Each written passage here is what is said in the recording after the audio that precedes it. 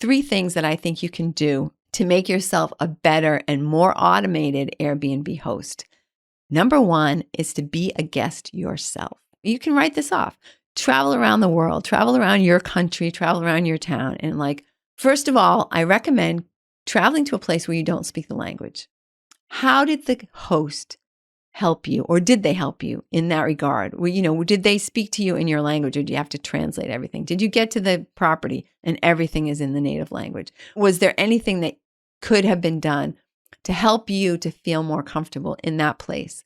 And if there was, write that down. If there wasn't, write down what they did do to make that all easier and happier and better for you. Also, you can invite people who you know who are maybe a little bit critical to come to your Airbnb and to stay there as like a fake guest and to make notes themselves of what could I do here in this property was there anything quirky? Was there anything that you had a question on? Is there anything that would have made it more comfortable for you?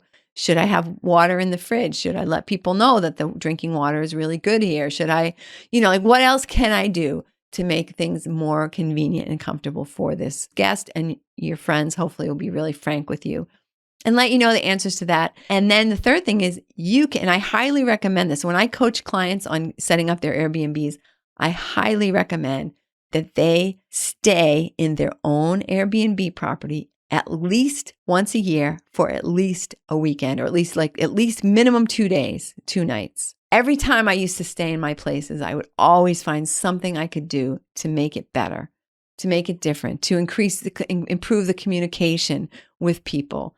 So when you do that, when you stay at your place, you might be suddenly thinking, oh, gosh, why don't we have any salt and pepper here, right? Because you might just zip through, everything looks great, and then you're actually staying there and you're trying to make a little something. You're like, crap, there's not even any salt here. I got to buy a salt and pepper shaker and put that in the closet. And right, so along with 45 pounds of salt so that you never run out of salt.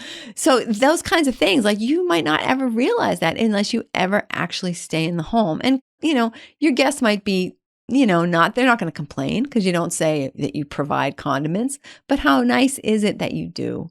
Another thing that you might find is, this happened to me up in New Hampshire because everyone was bringing condiments. The cleaners weren't throwing them away. So there'd be the entire door of the fridge was filled with mustards and ketchups and all that crap. Someone finally said to me, look, there's not that much room in the fridge for my food. I come here and it's full of other people's crap that got left here. You would realize that if you stayed in your house once in a while. And then you can say to the cleaners, hey, please take that stuff home with you. Donate it to somebody, please just make sure there's only one of each of those condiments in the house at any given time.